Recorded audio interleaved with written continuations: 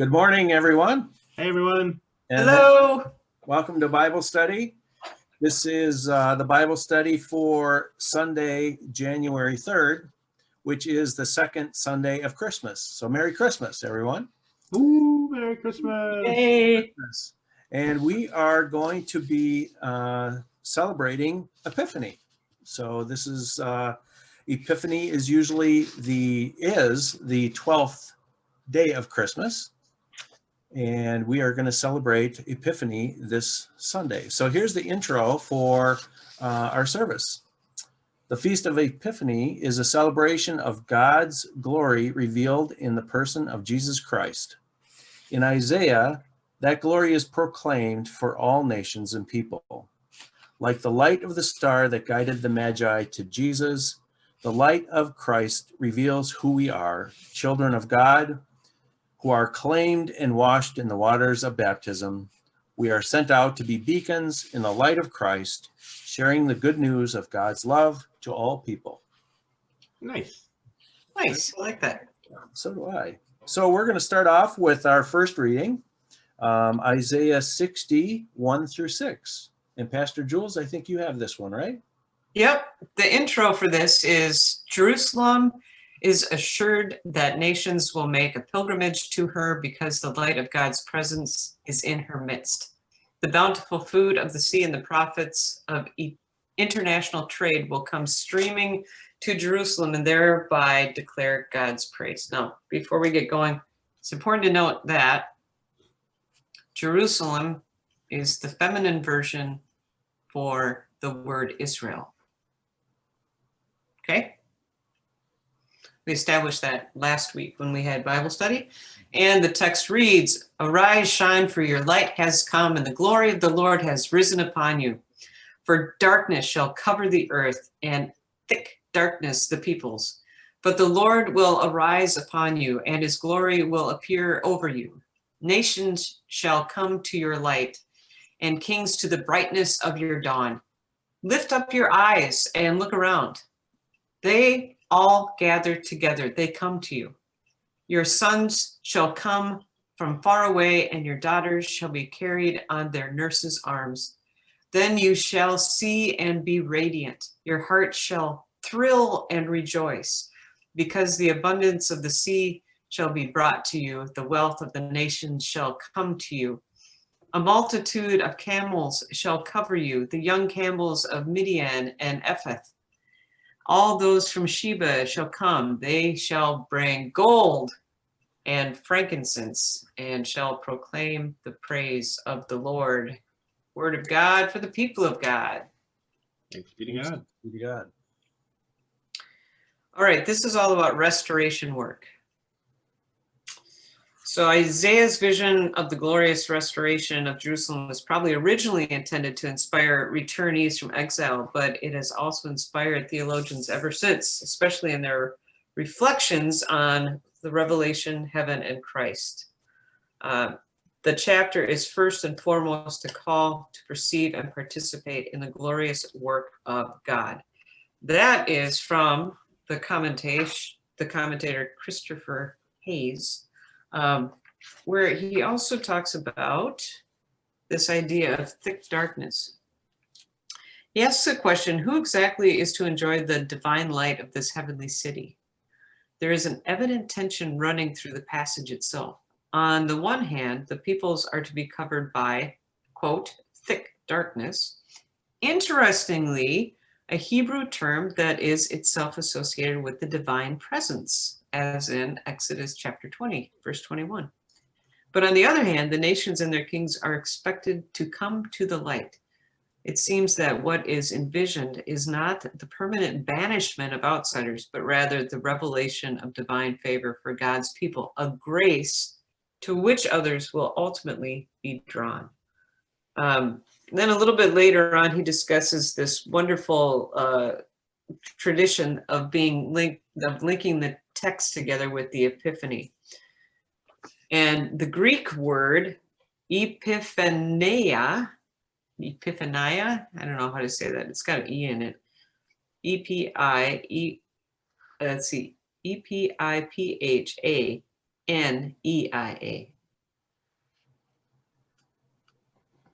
you say it like a Klingon and let it roll, even though it's Greek.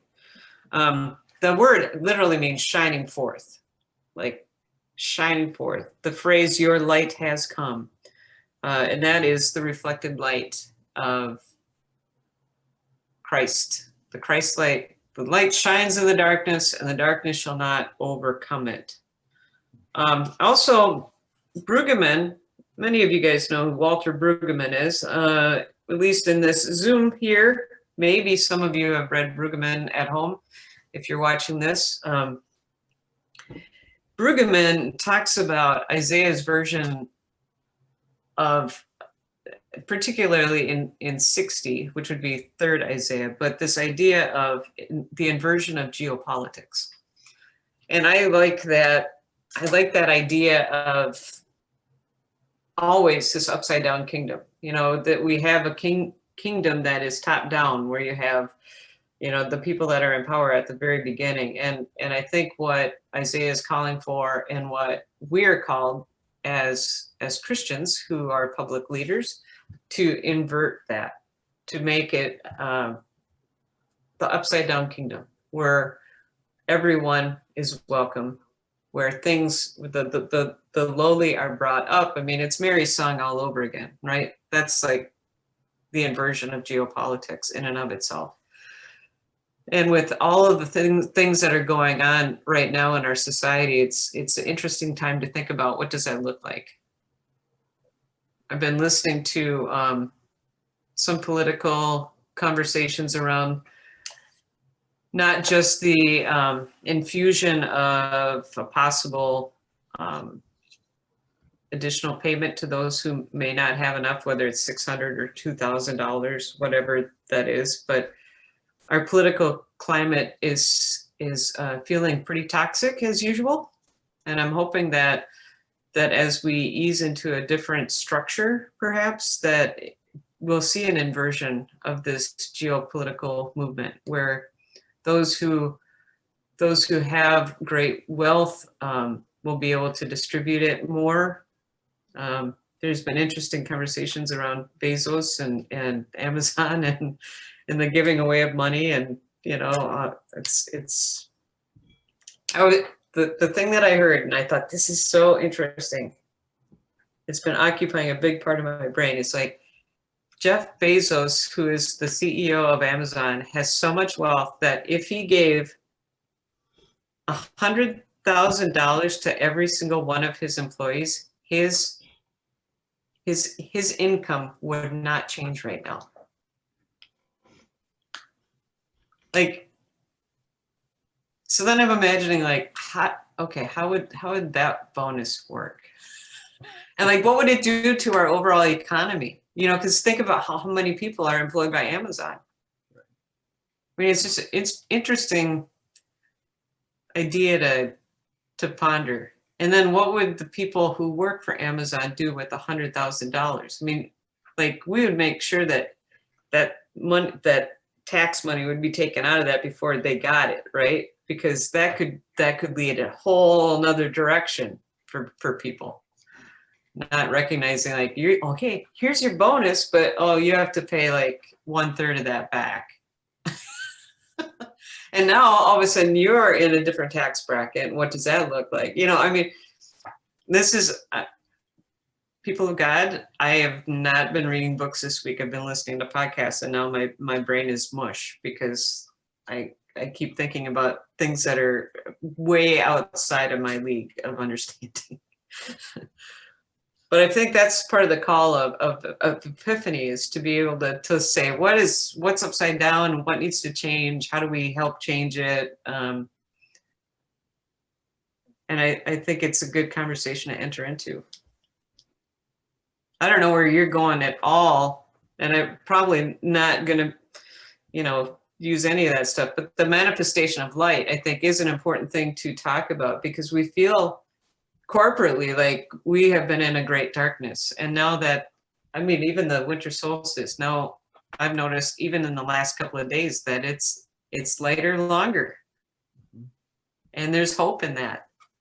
Even as we go into a little bit colder season here in Minnesota, it still feels like there's a little bit of hope when I, not today, because it's really bitterly cold out, but for the most part. I don't know. I love that, and we will. I am gonna talk about that upside down kingdom and what it looks like. And I think for me, it's the center of power, Jerusalem, Herod versus the margins, and that will be one theme that we'll look at in the gospel reading for today. Nice. Yeah. Cool.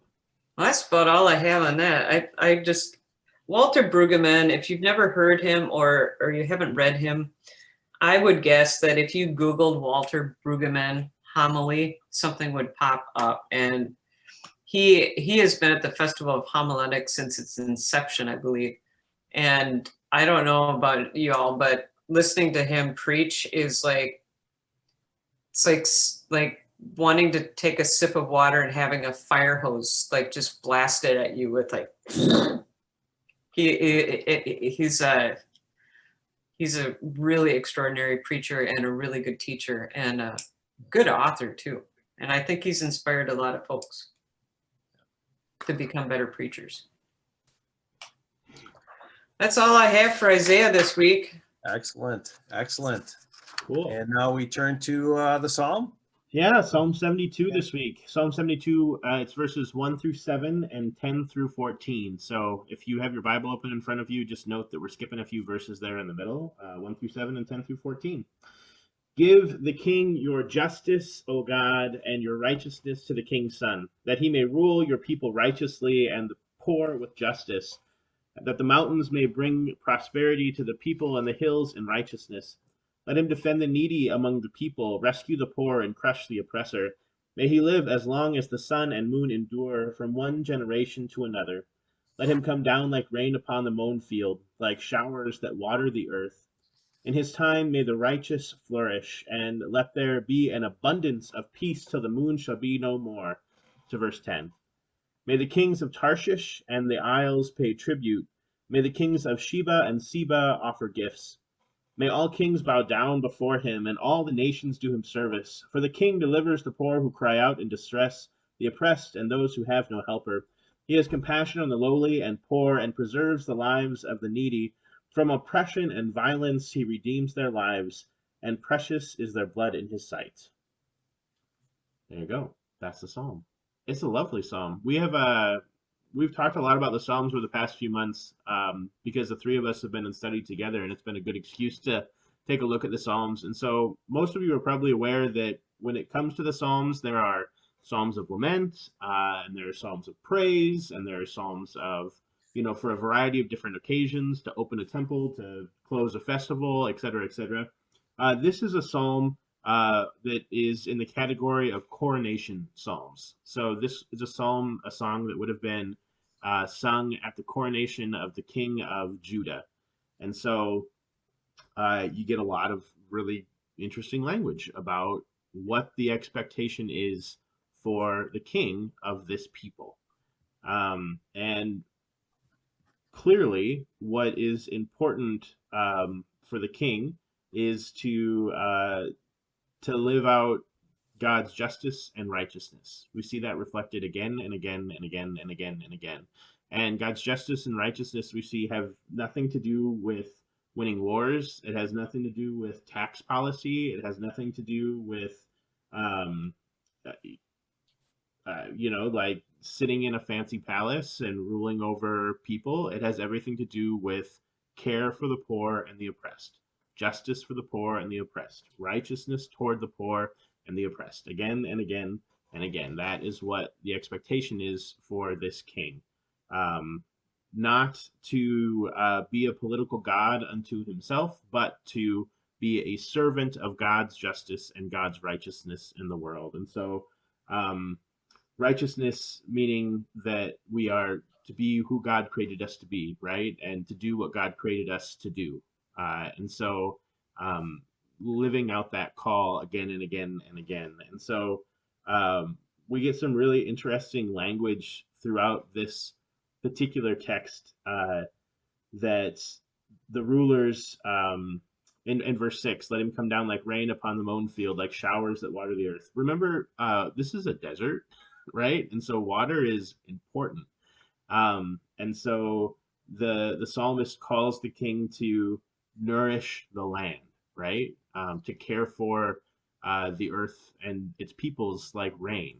It is so very important. The role of the king is to care for and nourish in this text, to defend the people from oppressors, right? And it doesn't say oppressors like, oh, this conquering king that's going to try to come in and take over, but it just says oppressor, right? And so that means that the king's job is to protect the poor and the vulnerable from people who are trying to take advantage of them within society, right? It's the idea of, in our modern parlance, loan sharks and unfair working conditions and things of that nature, right? Like, it is the king's job to protect the people who are the most vulnerable in the community. And why? It's important that the king does this because the king is the example. And the idea of this text is that if the king does this, if the one who rules over the people is caring for the least of these, then everyone else will follow suit. The king is to be an example for the rest of the people.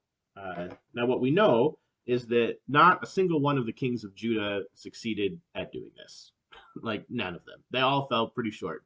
Most of the Old Testament is stories of the people and then the kings failing miserably at the calling that God had for their lives, right? To care for, to nourish, to lift up the lowly, to be a beacon of justice and righteousness in the world. Again and again and again, they fail pretty miserably at this. Which is why on this day, as we celebrate the Epiphany, we have this psalm paired with this discovery of Jesus, right? The Epiphany of the kings coming and finding the baby Jesus. The one king who did come and did live out justice and righteousness, and who did bring God's grace and purpose into the world successfully again and again and again. And what we read here in verse 10, 11, and 12 in particular, that when the king shows up and does those things, cares for and executes justice and righteousness, then the rest of the kings come and bow down, right?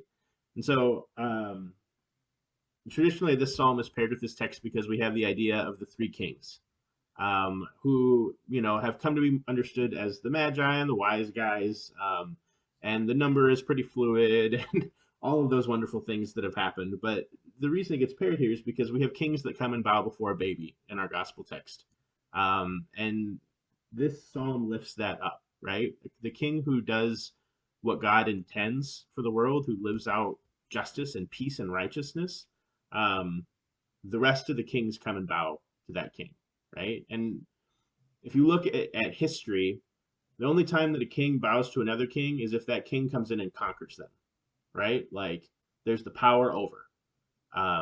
If you come in and kick my butt in a war, then I'm going to come and pay you homage, and probably a lot of gold. That's how this goes. But in this text, we see that the king who gets the respect is the king who lives out God's will in the world. And that's not the king that establishes power through wars. It's the king who seeks peace and justice in the world. And I think that's lovely. So Pearl Buck wrote, and this has been said by many people over the centuries, but she wrote, "The test of a civilization is the way that it cares for its most helpless members." And I think that really gets to the heart of this text, right? And I think it's one of the reasons that this psalm in particular is so very prevalent still today. Like, it still speaks to the reality of the world around us. How is it that we treat the people who are the most vulnerable and most helpless in our society, right? Because in verse 1 it says, "Give to the king your justice, O God, and your righteousness to the king's son." It's not just about the king who is, it's about those who will follow. The continuity of justice and the continuity of righteousness and the continuity of God's word and grace and mercy in the world. And so if we attribute this psalm and try to read Jesus into it, then who are the people that Jesus sends after him? who are the sons of Jesus? I mean, who are the descendants of Jesus, if not us? The children of God who follow after and are called to live out and execute this justice and righteousness as well. And just like Pastor Jules said, when we talk about the righteousness that exists in Isaiah and the way that we care for people, that continues to be the way that we need to be thinking about it today. So there you go. I have a follow-up thought on that. And I've often wondered what it would look like if we focused more on the plaque on the Statue of Liberty than the Constitution. With this idea, give me your tired, your poor, your huddled masses yearning to breathe free, the wretched refuse of your teeming shores. Send these homeless tempest tossed to me. I lift my lamp beside that golden door. Mm-hmm. It's just a, talking about what a symbol that is. And there's a few authors right now that are, I'm trying to remember. I can't remember if it was Sister Prajan that was riffing on that, or whether it was Elizabeth Lesser. But one of my most recent books that I read, she kept coming back to this idea of what does it mean to be a beacon of light in the world, and how do we do that, and echo the sentiment that's on the Statue of Liberty. Yeah. So there you go. Justice and righteousness. That's the psalm. Do it. It's good for you. And then you get a psalm written at your coronation. That's how it goes. Vicar John, you want to lead us in the gospel today? Absolutely. Our gospel this morning is from Matthew, chapter 2, verses 1 through 12. And it's God's promise shines bright in the night as Magi follow a star to honor a new king. Strangers from a faraway land, they welcome the long-awaited Messiah of Israel. And here we are in verse 1. In the time of King Herod, after Jesus was born in Bethlehem of Judea, wise men from the east came to Jerusalem, asking, "Where is the child who has been born King of the Jews? For we observed his star at its rising and have come to pay him homage." When King Herod heard this, he was frightened, and all Jerusalem with him. And calling together all the chief priests and scribes of the people, he inquired of them where the Messiah was to be born. And they told him, "In Bethlehem of Judea, for so it has been written by the prophet, and you, Bethlehem, in the land of Judah, are by no means least among the rulers of Judah, for from you shall come a ruler who is to shepherd my people Israel." Then Herod secretly called for the wise men and learned from them the exact time when the star had appeared. Then he sent them to Bethlehem, saying, "Go and search diligently for the child, and when you have found him, bring me word, so I may go also and pay him homage." When they heard the king, they set out. And there ahead of them went the star that they had seen at its rising, until it stopped over the place where the child was. When they saw that the star had stopped, they were overwhelmed with joy. And on entering the house, they saw the child with Mary, his mother, and they knelt down and paid him homage. Then, opening their treasure chests, they offered him gifts of gold, frankincense, and myrrh. And having been warned in a dream not to return to Herod, they left for their own country by another road.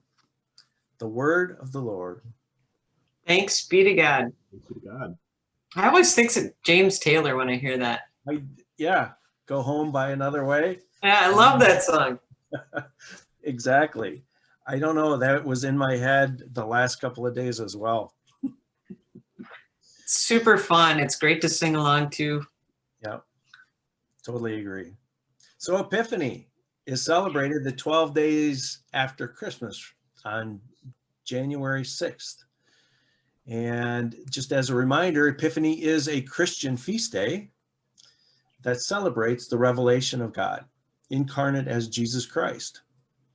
And in Western Christianity, The feast commemorates specifically the visit of the Magi to the Christ child, where Jesus' physical appearance is to the Gentiles.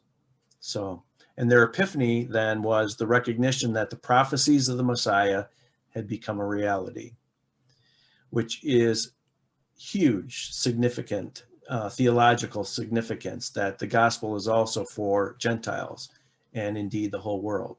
So, and Epiphany is one of the three principal and oldest festival days of the Christian church. And the other two are Christmas. Easter and Christmas. What, Easter and Christmas? Yep. Yeah. So a little background. So, Nice. and again, I think for me, as we start off in this chapter 2, is sometimes I fear that these stories, these birth stories of Jesus, are too familiar, that we've heard them over and over again. And I mentioned this a couple weeks back in my Wednesday night sermon, that sometimes they lose the awe, they lose the astonishment, we lose our curiosity about what's going on in these stories because we've heard them, or we know the story. I've heard this story 100 times. I know this story. And that's too bad, because I think what happens then is, at least in this story, that legend, or what we think we know about the story, takes over from what we actually do know about the story in the gospel.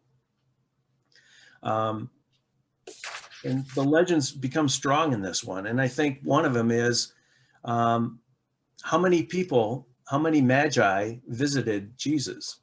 And automatically you say 3. Well, we never really know that there was 3. Or we're not really sure of the gender either, for that matter.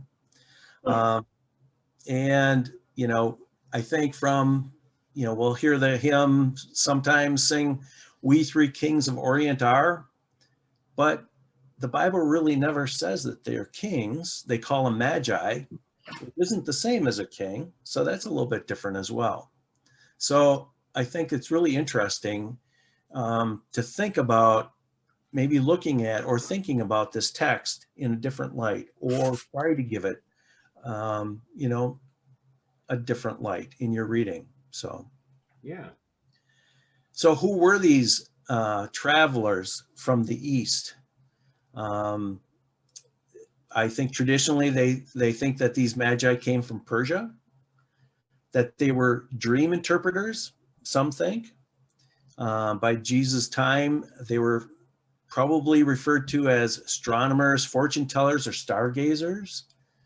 In fact, Magi, it comes from our word magic comes from the word Magi.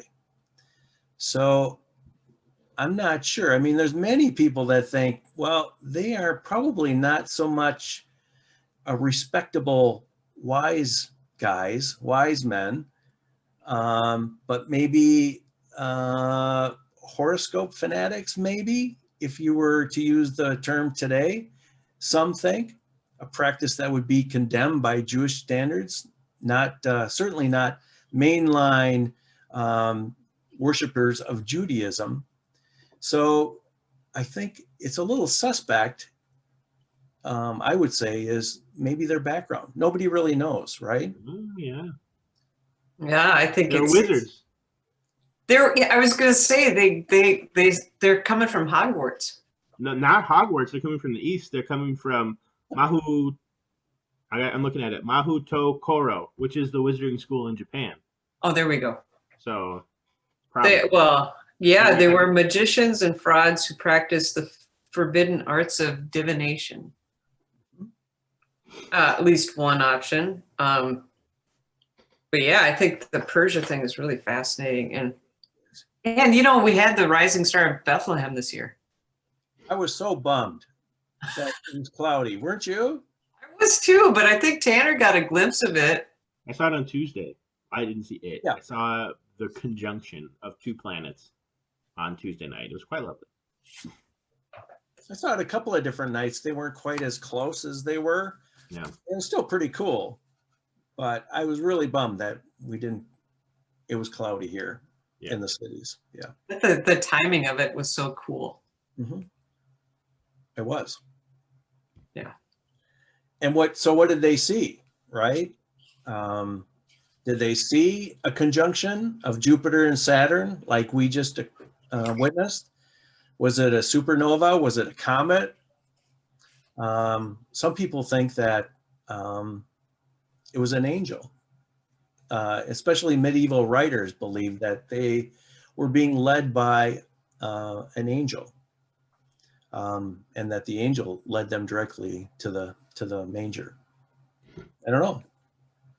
I don't know, you think about that pillar of fire too, they're wandering around and you had something was guiding them, like the cloud or the fire, 40 days or 40 years in the wilderness or however long it was, Right. 400. I don't know, really long period of time. I'm not an Older Testament prophetess, but they wandered for a long time, but they were guided by some sort of light. They were. You're welcome, PT. This is why we don't let you teach confirmation. This right here. Yeah, well, give me some leadership things, and I'm that's totally my jam. But I think the other thing that's really interesting to note here is, who did God show up to and interact with once God pulled on skin? You got the shepherds come and bend their knee. Now you have foreign magicians who, talk about marginalized. Right. The people that are on the fringes. This is who the God is connecting with. Right. And I'm not sure where exactly I'm going to land this plane as for this sermon for this Sunday, but I better land it quickly. But two things that were, I think, for me were really important. And the first one is exactly what you've been saying, is the center of power versus the margins. And this contrast that we see in this story of Herod and the priests and the scribes and the religious leaders who lived in the center of power, who really, did they really care about what was happening in the margins? Their behavior and their attitudes certainly were sharply different than the Magi. And it's interesting because God clearly was not at work in the center of power, but God was at work in the margins, not in Jerusalem, but in a small little village. And this contrast of the Magi, these fortune tellers, the epitome of the non-Jewish believers, or the outsiders, the people on the margins of society, they were really the outsiders. And the insiders, or the people at the center, was Herod, who, when he heard it, heard that the Magi were entering into the city, was probably thinking, oh, they're coming to see me, right? I'm the king. Little did he know, and can you imagine what he thought of when he basically found out that they weren't looking for him? Yeah. What his reaction was, because fear, and when he was frightened, you know what happens when Herod was frightened, his paranoia led to more and more extreme actions, as we see later on in this chapter. And he employs the military to do the action. It's interesting, his murderous actions with the inaction of the scribes and the religious leaders really demonstrate how oppressive the structures were at the center. That when Jesus came to save the world, they were trying to squash it. It's really interesting. And the scribes and the chief priests at the time, they were the ones that had the knowledge. They had the scrolls, but how did they miss the Messiah's birth? And it's weird. It's interesting to think about their reaction when they do hear about this from the Magi, the religious leaders who devoted their entire lives to studying the law and studying about God's activities, they did nothing, right? I mean, they didn't even go, I mean, Bethlehem's what, 5 miles away from Jerusalem? They didn't even bother going looking themselves. Isn't that weird that the people who have been expecting the Messiah all this time in the center of power, they hear about this and they don't go. I thought that was really interesting to think about that. So, okay, so bouncing off of that, the gal that I read, one of the people that I read for the Psalm text, discussed how, like, when we talk about these texts together, the Psalm and the Matthew text, Jesus as Lord is divine, right? Is celestial. But Jesus as King is humanity. And the concept of Jesus as Lord is not threatening to Herod, right? Like the concept of the God of Israel is not threatening to Herod. Mm-hmm. But as soon as God put on flesh and we have Jesus as King, that is when he became a threat, right? He became a threat to Herod because he became relatable to humanity and became a political force. And I think, I mean, when you're asking that question, that just, I don't know, that hit me, like, as long as God, the God of Israel, is the mystery in the center of the temple, the chief priests, the scribes, those in power get to stay in power because they get to be the gatekeepers. Right. But as soon as God puts on flesh, they lose it all, right? It's gone. And so Jesus is king, even and especially as a king that is living out justice and righteousness as God intended for all of the kings to do. As soon as Jesus starts doing that, that becomes a problem. You know, it wasn't Jesus as Lord that got crucified. It was Jesus the King. Right. Because the king came for the people. Yeah. Right. The Lord of the Jews didn't get crucified. That's not what it said on the cross. It said King of the Jews. Right? That's a really huge distinction. Yeah. Who is that author that you quoted? I don't remember. I'll look it up. Okay. Part of it was quote and part of it was additional thought. Okay, I want to circle back while you're looking that up. I know it was 40 years, just to be clear. I was Okay. trying to be funny. Okay. Her name was Beth Tanner. Professor Tanner. You got to send that to me. I want to read that article. That's really interesting. It's a good one. And also, I think the author that I was trying to come up with before was Sharon Salzberg, who's a big, like, she has little statues of like the Statue of Liberty in her apartment because she embodies that. Give us your people that are on the margins. And then I also think about, like, and it's probably because I recently read this article and it was by Nadia Boltz-Weber. Did you know that the longest conversation that Jesus has in all of the Gospels is with the Samaritan woman at the well? Mm-hmm. So again, you have this idea of who is Jesus reaching out to? Who is God reaching out to? It's not the people who are in power, people in control. It's that upside down kingdom. It's like, this is for all, for all. Yeah, he crossed gender, ethnic, all the boundaries that he crossed to interact with her. It's amazing. Yeah. Mm-hmm.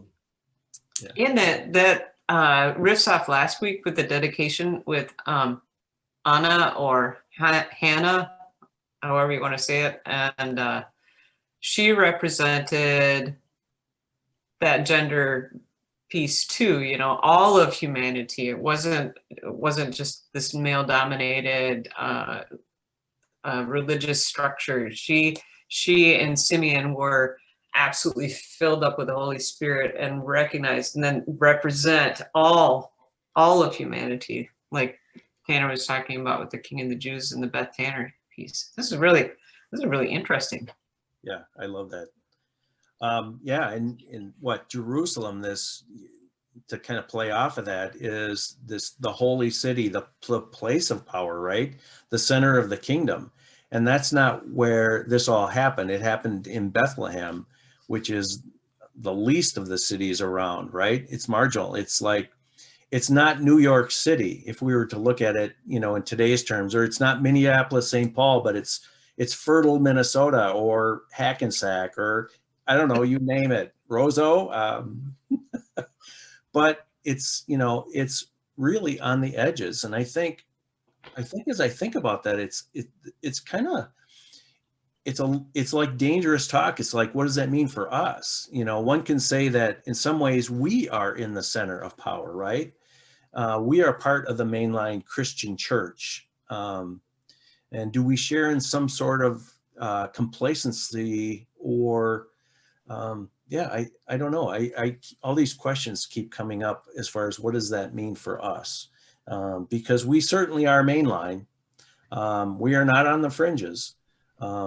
So what does that mean for us? And how does that affect us?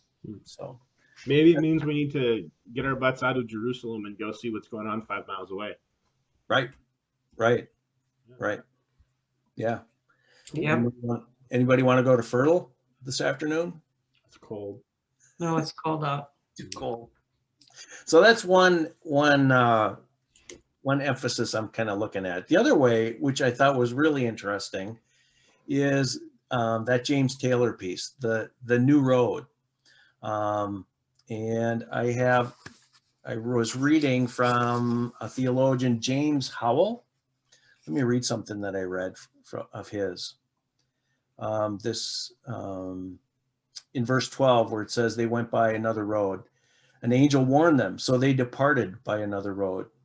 Quite simply, they took an evasive route to avoid Herod's clutches.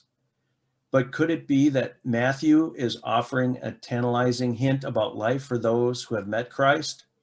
Nothing is ever the same. You don't take the old road any longer. You unfold a new map and discover an alternate path. And T.S. Eliot imagined the thoughts of the Magi back home. We return to our places, but are no longer at ease here. I thought that was really interesting. So again, what does that mean for us? And then further on that is that there might be a double meaning in that final phrase in the text, that the Magi went home by another road and avoided seeing Herod again. But I also think that they went home by another way. And in Acts, the followers of Jesus were called the followers of the way. So I just love that. Just to kind of play around with that and to really think about that. So cool. This felt like kind of a banquet today. Yeah, there's a lot going on there. Yeah. It was lovely. So we'll see what one meal comes out of this. Yeah, exactly.